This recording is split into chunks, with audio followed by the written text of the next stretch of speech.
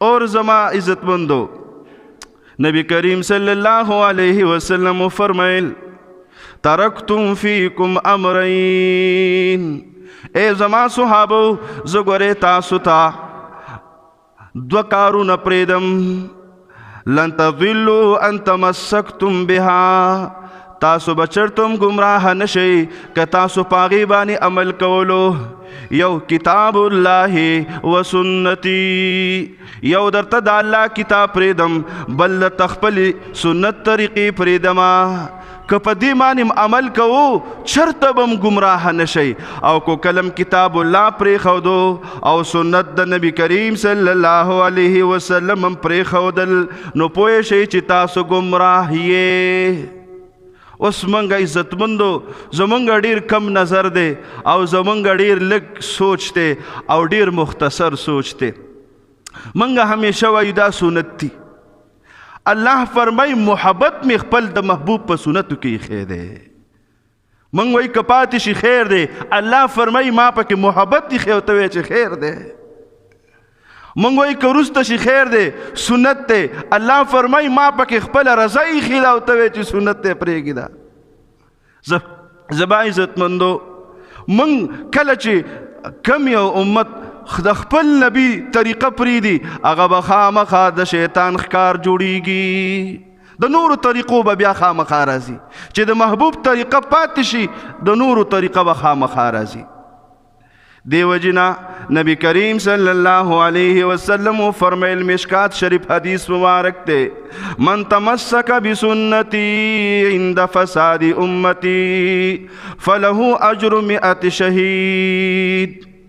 کم وقت کی چی زما سنت طریقی چا پری خودلی دا فساد و دا فتنی وقتی او چا زما پا یو سنت مانی عمل اکو اللہ با دا 100 شیدان عمر ثواب ولور کئی۔ زما عزت مندو دی وقت سر دا نبی کریم صلی اللہ علیہ وسلم طریقی منگا نارینو زنانو نوجوانانو او ټول امت دا نبی علیہ السلام طریقی پا شریک مانی پریخی دی۔ زما عزت مندو پا شریکم پریخی دی، پا یو زیمتی بایکاٹ کڑے، پا جمع مانی پریخی دی، یو کست پا جمع مانی منگ پریخی پا جمع مانی۔ نو نبی علیہ السلام فرمین کدی دغا زمانہ کی زما سنت طریقی یتیمانہ نشولی اگا مسکنان نشولی خلقو پری خودلی تخپون دلان دکڑی او یو کس را پاسی دو چی دا زما دا محمد رسول اللہ طریقہ دا او اغیمانی عملو کوئی اللہ با دا 100 شہیدان عمر ثواب ورکئی۔ دا یو شہید سمنا ثواب دے زما عزت مندو، دا یو شہید ثواب دا 100 شہیدان عمر ثواب دا ولی دا شہید مثالی ولی ورکڑے دے او دا شہید ہو دیر لوی مرتبہ دا او نبی علیہ السلام دا طریقی سر ولی مشابہت کرے، نبی کریم صلی اللہ علیہ وسلم تا پتوا چی زما امت کی با خلقو تا پا گیر پری خودو مانزان پاغی باور تزان بدخکاری، پا ناس تا پا بوسکلو باور تزان بدخکاری، پا پنسیو چتولو باور تزان بدخکاری، شرم بے گنی او روٹی با پخیل آسمانی نیمول خپل مخین خوڑل بسم اللہ ویل خکلی اخلاق چلول دا چامال نوحل، پا دی باور تزان بدخکاری چی دا خوزن شم کولے، لہذا چی سوک پہ عمل کئی دا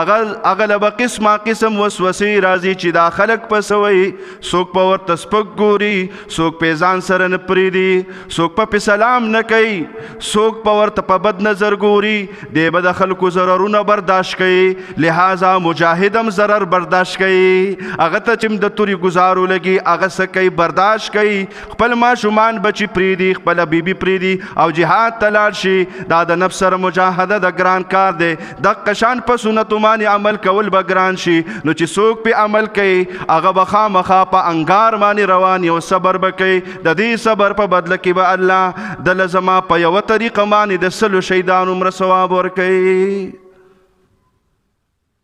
منگ تزان با دخکاری کنا